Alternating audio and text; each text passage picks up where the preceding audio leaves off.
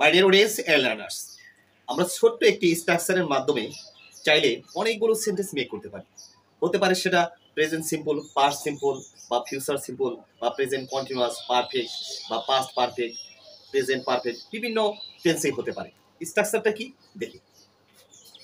Subject plus spend plus time plus verb plus ING plus object, যদি object থাকে। আবার বলতেছি, subject plus spend plus time verb plus ING plus object, যদি object থাকে। আর অতিরিক্ত কিছু থাকলে তার পরবর্তীতে আমরা প্রথম সেন্টেন্সটা দেখি। আমি বই পড়ে আমার সময় কাটাই। তাহলে আমি কাটাই বা সময় পার করি বা ব্যয় করি। আই স্পেন্ড, আমি কাটাই। আই স্পেন্ড, আমি কাটাই আমার সময়।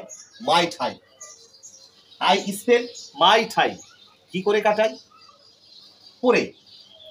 রিডিং, রিডিং কি পড়ে? বই পড়ে, বই পড়ে, বুকস।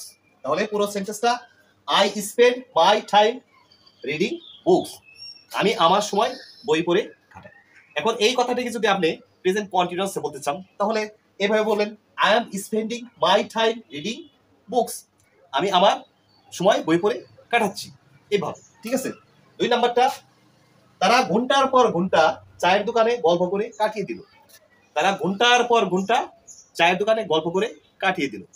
পাস্ট সিম্পল মানে অতীতে। এখানে আমরা স্পেন্ডের পরিবর্তে ভার্বের ভি2 নেব, মানে পাস্ট ফর্মটা নেব। তাহলে তারা কাটিয়ে দিল, দে স্পেন্ড, দে স্পেন্ড, তারা কাটিয়ে দিল ঘন্টার পর ঘন্টা, মানে একাধিক, একের অধিক ঘন্টা, আওয়ার্স, ঘন্টার পর ঘন্টা। কি করে কাটিয়ে দিল? গল্প, গসিপ থেকে গসিপিং, ভার্বের সাথে ING. They spend hours gossiping, কোথায় কাটিয়ে দিল? ইন দা টি স্টল, চায়ের দোকান, ইন দা টি স্টল। তারা ঘন্টার পর ঘন্টা চায়ের দোকানে গল্প করে কাটিয়ে দিল। They spend hours gossiping in the tea stall, তারা চায়ের দোকানে ঘন্টার পর ঘন্টা গল্প করে কাটিয়ে দিল। এখন এই সেন্টেন্সটাকে যদি আমরা পাস্ট কন্টিনিউয়াসে বলতে চাই, তাহলে কি বলবো? They were spending hours gossiping in the tea stall, they were spending hours gossiping in the tea stall, তারা ঘন্টার পর ঘন্টা চায়ের দোকানে গল্প করে কাটিয়ে দিচ্ছিল। ঠিক আছে। লাস্ট ওয়ান, আমরা আমাদের অবসর সময় ইংরেজি শিখে কাটিয়ে দিব। আমরা আমাদের অবসর সময় ইংরেজি শিখে কাটিয়ে দিব। তাহলে আমরা কাটিয়ে দিব ফিউচার টেন্স, এটা ফিউচার টেন্স, ফিউচার সিম্পল আর কি। আমরা কাটিয়ে দিব we will spend, we will spend, আমরা কাটিয়ে দিব। কি কাটিয়ে দিব? আমাদের অবসর সময়, আওয়ার ফ্রি টাইম, আমাদের অবসর সময়, আমাদের অবসর সময়, আওয়ার ফ্রি টাইম। শিখে, লার্ন থেকে লার্নিং, লার্নিং, কি শিখে? ইংরেজি, ইংলিশ আর কি, ইংলিশ, ইংলিশ। তাহলে পুরো সেন্টেন্সটা we will spend our free time learning English, আমরা আমাদের অবসর সময় ইংরেজি শিখে কাটিয়ে দেব।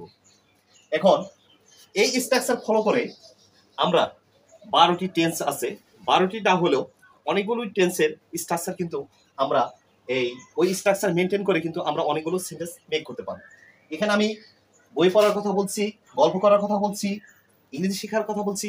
আপনি খেলাধুলার কথা বলতে পারেন, হাঁটার কথা বলতে পারেন, সাঁতার করার কথা বলতে পারেন, তারপরে লেখালেখির কথা বলতে পারেন, তারপরে আড্ডাবাজির কথা বলতে পারেন, মানে আপনার যে কাজ পছন্দ হয় সেভাবে। কিন্তু মনে রাখবেন স্ট্রাকচারটা, এই স্ট্রাকচারটা মনে রাখবেন, সাবজেক্ট প্লাস স্পেন্ড। যদি প্রেজেন্টে হয় আমরা স্পেন্ড ব্যবহার করব, আর পাস্ট হলে ভার্বের 2 নাম্বার ফর্মটা ব্যবহার করব, স্পেন্ড।